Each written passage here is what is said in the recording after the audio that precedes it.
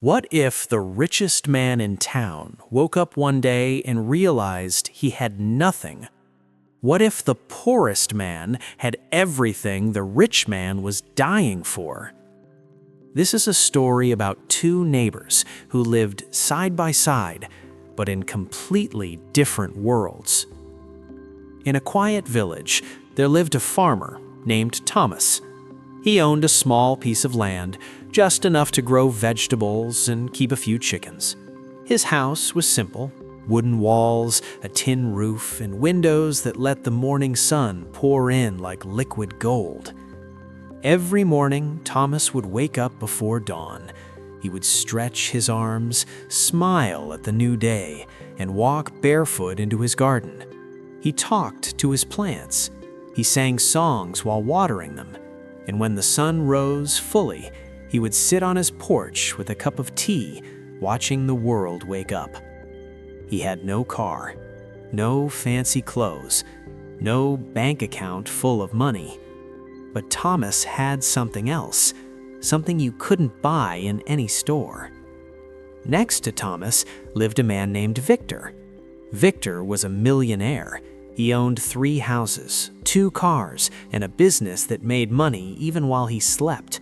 His home was like a palace: marble floors, crystal chandeliers, and rooms he never even entered.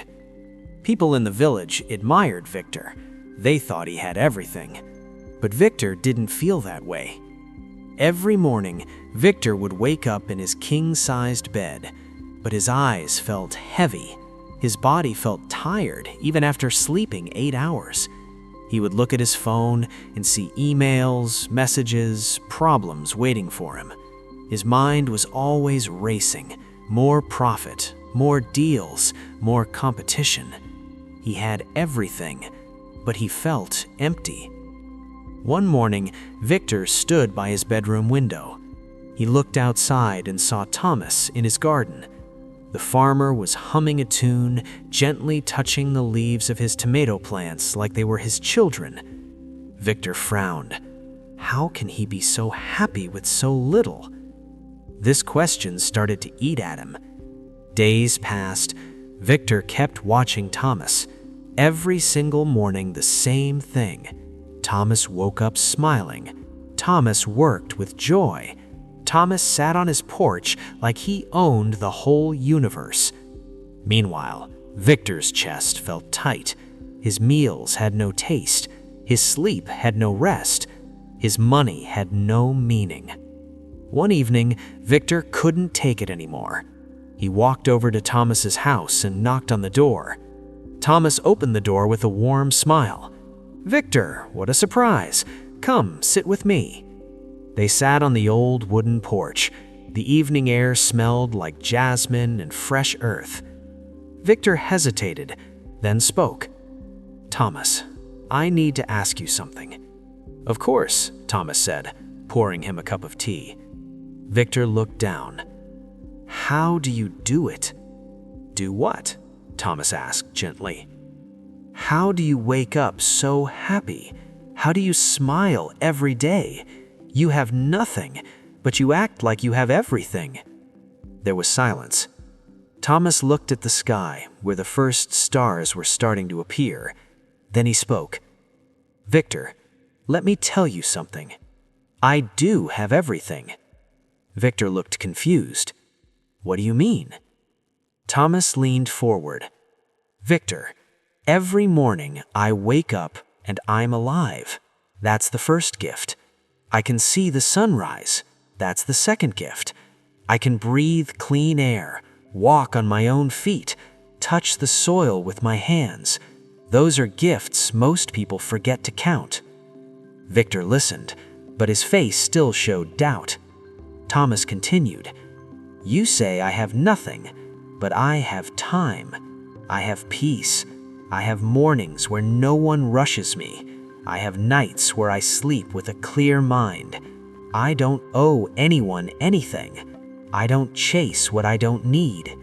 He paused, then said something that hit Victor like lightning.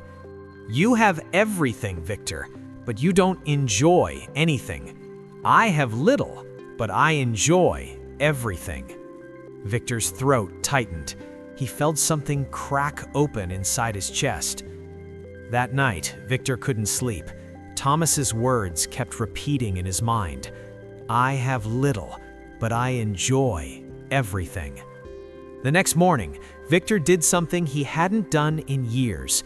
He woke up early, not to check emails, but to sit by his window and watch the sunrise.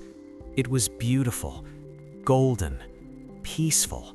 He felt something strange, a lightness, a quietness.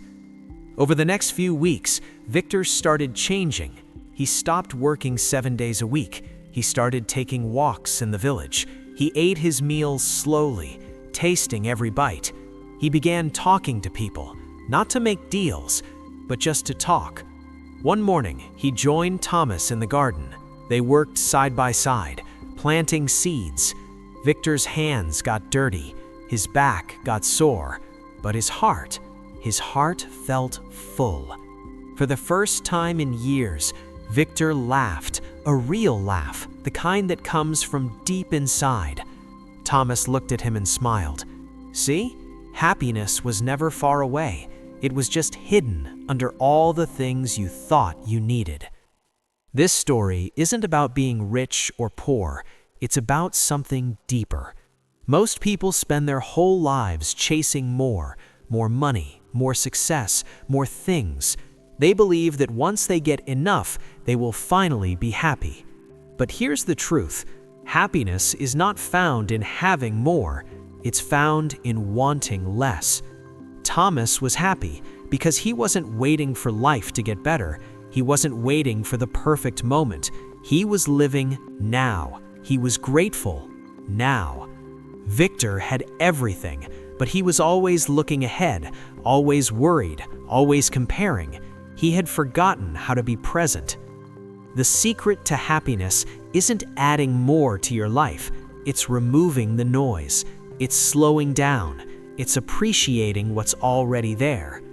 You don't need a bigger house to feel at home. You don't need more money to feel rich.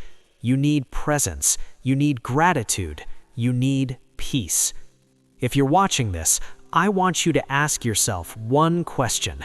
Am I enjoying my life, or am I just surviving it? Maybe you're chasing something right now, a goal, a dream, a better version of yourself. That's good, but don't forget to pause. Don't forget to breathe. Don't forget that this moment, right now, is all you truly have. Happiness doesn't come when everything is perfect.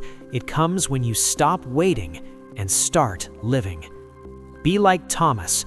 Wake up and see the gifts around you, the people, the air, the simple, quiet moments that cost nothing but mean everything. Because one day, you'll have everything you ever wanted, and you'll realize the best parts of life were always free. If this story touched your heart, hit that like button, drop a comment, and tell me what's one thing you're grateful for today. And if you want more life-changing stories like this, subscribe and turn on notifications. Let's walk this journey together. See you in the next story.